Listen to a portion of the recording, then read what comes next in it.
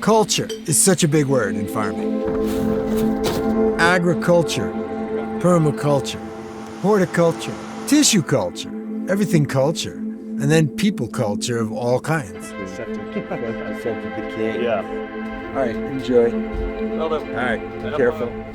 You're cultivating the earth, which is the very ground we walk on, and you're cultivating the earth to feed people and to feed yourself, to work out your stuff. You got to get away from it because you got to hit it over the top again. About getting the word across, or the feeling is bringing people closer to the fact that when we are doing farming, An interesting stage. you're building culture.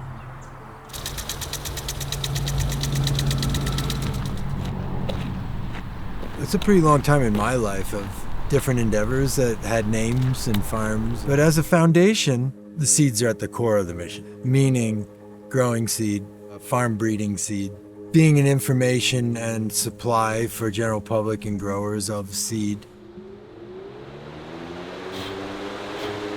So it's quite messy at first.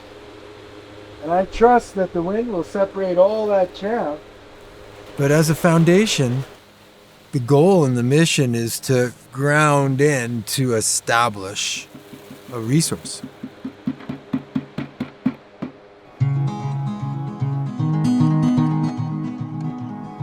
So this used to be 100 years ago.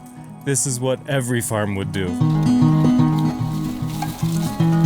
They would save a section of their crop, the best of their crop, let it go to seed and save that back. And not eat it, and let it mature and go to seed and save that for the following season. What we do is we grow heirloom seeds, open pollinated seeds, and we established and solidified a seed bank of these locally adapted seeds. And our purpose with those are for preservation, but also to find the seeds that grow in the Mountain West, the seeds that grow in this bioregion. So what happens is that seeds start taking on personality. Wherever they're grown, the same seed, they take on traits. So in these characteristics and in these, quote, traits, is this adaptation that occurs. And it slowly occurs. Some say it takes 10 rounds or 10 generations, which 10 generations is a long time to pay attention to a seed-to-seed cycle 10 times. One doesn't develop it in one round of growing seeds. It has to battle. Doesn't get any better than that. High pressure farming, and you get in the car and you got a little jazz rolling.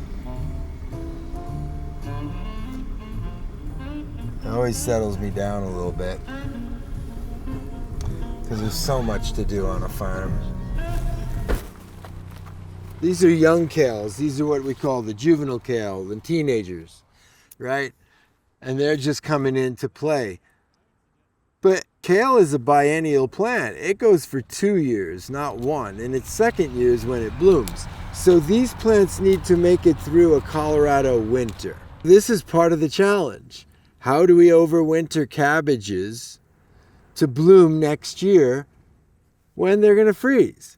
So we're constantly looking at ways we're going to have to transition plants from one year to the next to maintain their health through their dormancy so that they can bloom the second season. So one of the qualities that we select is for vigor rate and resilience.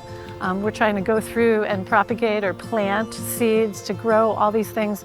Like the basil, it will go throughout the whole season, and we may not collect seed from every basil or tomato plant, but we're going to try to find the hardy ones that maybe struggled and then did well, or we select all of our seeds from the qualities that we want again. Something like that? Yeah, I'm not sure.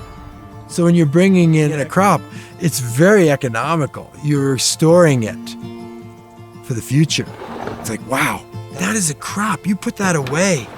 You're going to protect that. And when we clean it like it's gold, like it's jewels. There you go, Baba. Yeah, you just get grabbed anyway. So on this acreage, we grow a few hundred tons of produce, and we'd like to be bringing, and we are bringing about half of it, about 100 tons, to the food pantry. So it's a farm to food bank program that goes along with our mission. Our more long-term goal is to continue to educate and inspire people to grow seeds like we do. It's a demonstration farm.